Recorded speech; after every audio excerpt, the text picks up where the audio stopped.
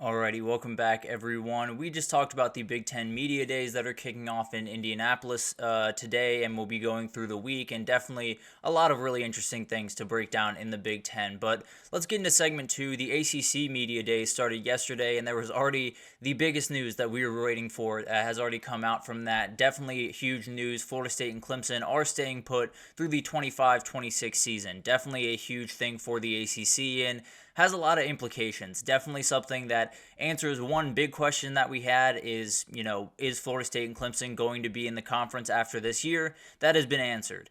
There's a million more questions that come because of this, and let's start to break those down. Definitely a lot to unpack here, and I think where I want to start is there are pros here for both, and there are cons here for both sides. And I think for the ACC, the biggest pro is you now have some time. You have time to fix this issue that has been created by two of your bigger entities in your conference. So it'll be really interesting to see how they kind of go about this, but it's time to get aggressive. It's time to kind of get out in front of this and start to bring in teams, start to throw out feelers to teams in the Sun Belt, in the American, in the whatever. It does not really matter all that much, but the reality is they need to start getting aggressive. They need to start putting their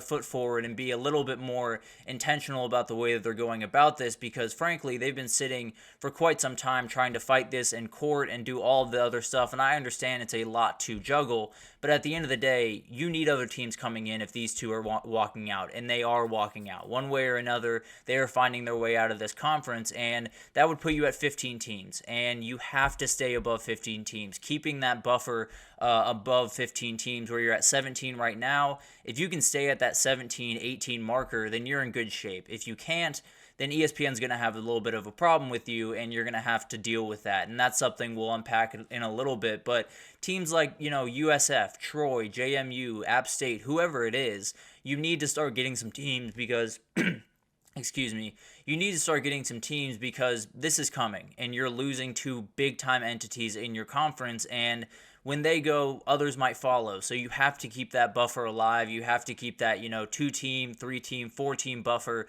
between you and 15 teams, because that 15-team mark is a really dangerous one for them to be on, because ESPN could just pull the contract if they go below that. So definitely would be a huge thing here. But another big-time con for this is you got to deal with these two teams a little bit longer, and that's obviously not ideal. It's kind of one of those things that I think Brett Yormark did an incredible job at when he was at the Big 12. He got hired and then fairly quickly got a deal in place to get Texas and OU out of the conference quicker, and that was the better thing for the conference. Not that, Texas and OU leaving was the better thing, but you had to make it happen as quickly as possible, because then you can figure out what life is after them. And I think this is the same case for the ACC. Now, the problem is you can't necessarily do that, because that would just be yielding all of this money over to them and not having them pay the exorbitant amount that you want to get from them. So it's a little bit of a battle here, but at the end of the day, as time goes on, that money drops a little bit and things get a little bit more sketchy, and other teams have more time to kind of figure out what they want to do. So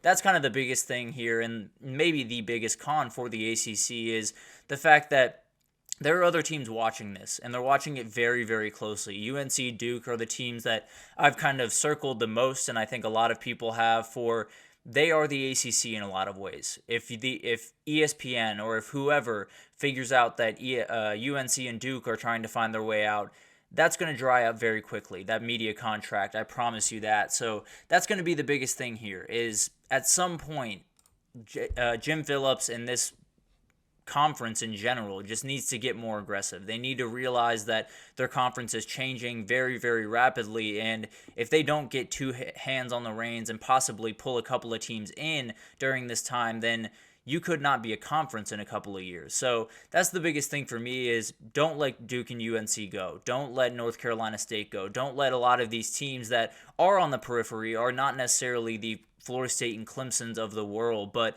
they are huge teams to this conference. Frankly, UNC and Duke are likely bigger than Florida State and Clemson when it comes to the ACC. So it'll be really interesting to see how all of this kind of unfolds. But on the other side of things, Florida State and Clemson have a couple of pros and they have a couple of cons. The biggest pro is obviously going to be you got some more time to figure out what you need to do to get into the SEC or the Big Ten. If there's anything that can be done, I know Florida State is relatively close to possibly getting that AAU accreditation, and frankly, I think the Big Ten would come calling at that point. But it'll be really interesting to watch all of that, and definitely it just gives them a little bit more time to try to get into another conference other than the Big 12. Frankly, I don't necessarily think it's going to work, but at the end of the day, it definitely gives them a little bit more time to try to get that invite to where they really want to go, which is the SEC or the Big Ten. And then, obviously, the big pro is a big con for the ACC, which is the money is going to start falling. You know, the media contract is going to go a little bit further down. You won't have to worry about that quite as much, and maybe you'll be able to handle a little bit more of the financial strain of moving on from the ACC this time next year than you are right now. So that's obviously something that they're watching very closely, and definitely something that they very much want to happen. They need that money to drop pretty drastically if they want to get out of this conference, and obviously they are going to try their best to get it dropped through court and through some of these cases, but at the end of the day, letting some time run off and letting this thing kind of go down just a little bit could help them a lot.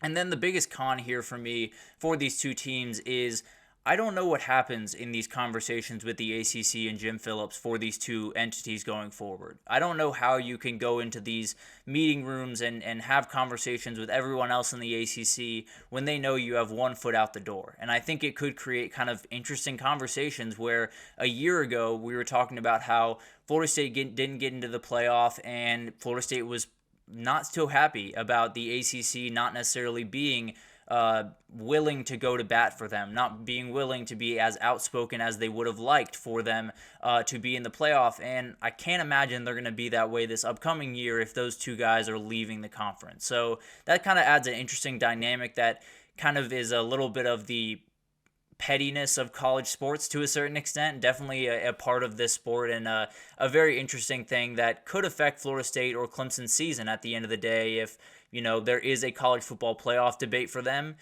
their conference might not be the ones that are really going to bat for them. But that's definitely something that is a little bit hypothetical at this moment, and both these teams should be in the playoff at the end of the day, but it'll be really, really interesting to watch that. And then finally, the number one biggest thing that we have to watch out for in this next little bit as they're staying in the conference is there's a look-in clause for the ESPN contract in February of 2025.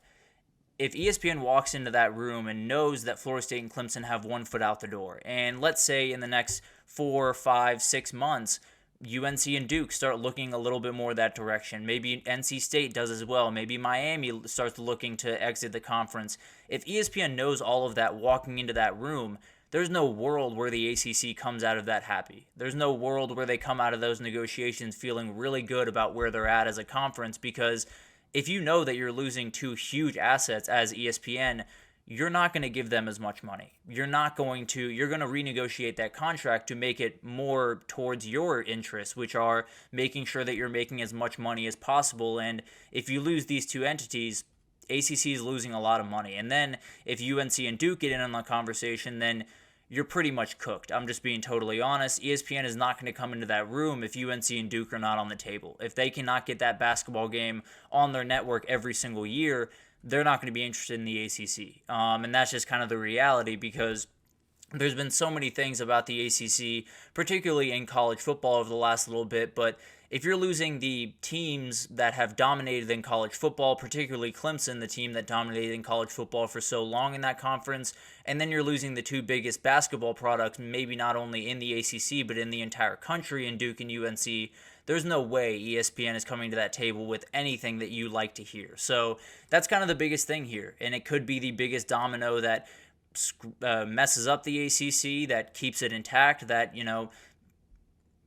it'll go any number of ways, but that's going to happen in February. All of that stuff is going to really start to go down in February of 2025, and frankly, if I was the ESPN executive and I knew that Florida State and Clemson were out the door, and I knew that other schools like UNC were looking in that direction, I would have very little interest in the ACC at this very moment, because the only thing that can happen if all of those teams are looking in that direction is the product can really only get worse. Now you can add some teams that make it a little bit, kind of temp that down just a little bit, but it doesn't change the fact that this is not going to be a conference that a lot of these big-time media companies are going to be interested in, because you don't have Florida State, you don't have Clemson for football, you don't have UNC, you don't have Duke for basketball. So it's going to be a very interesting couple of months. And I think the ACC now, you have a little bit of breathing room, but at the end of the day, you still got to get going. You still have to start adding teams, and you still have to make sure that you're in a place where come February, when you walk into that room with ESPN, you can sell X, Y, and Z. You can sell all of these things, and you don't just sell them for 2025. You can sell them for 2030 and for 2035, because that's the worry about this conference is, we know they're going to be around in 2025. Are they going to be around in 2028 and 2030 and all of these years that ESPN's got to worry about? So that'll be really, really fascinating to watch. But let's take our second break here. When we come back, we're going to talk about first-year quarterbacks in their new place and first-year head coaches. So combinations of first-year quarterbacks and head coaches coming together for the first time, and how there has been some really great success stories and there's been some not-so-great success stories. And we'll talk about how some of the big-time names in this year for that category, we'll break those down and see who has the best shot to make it happen, who has the best shot to kind of fall on their face a little bit. But we'll break that down right after this, so stick with us.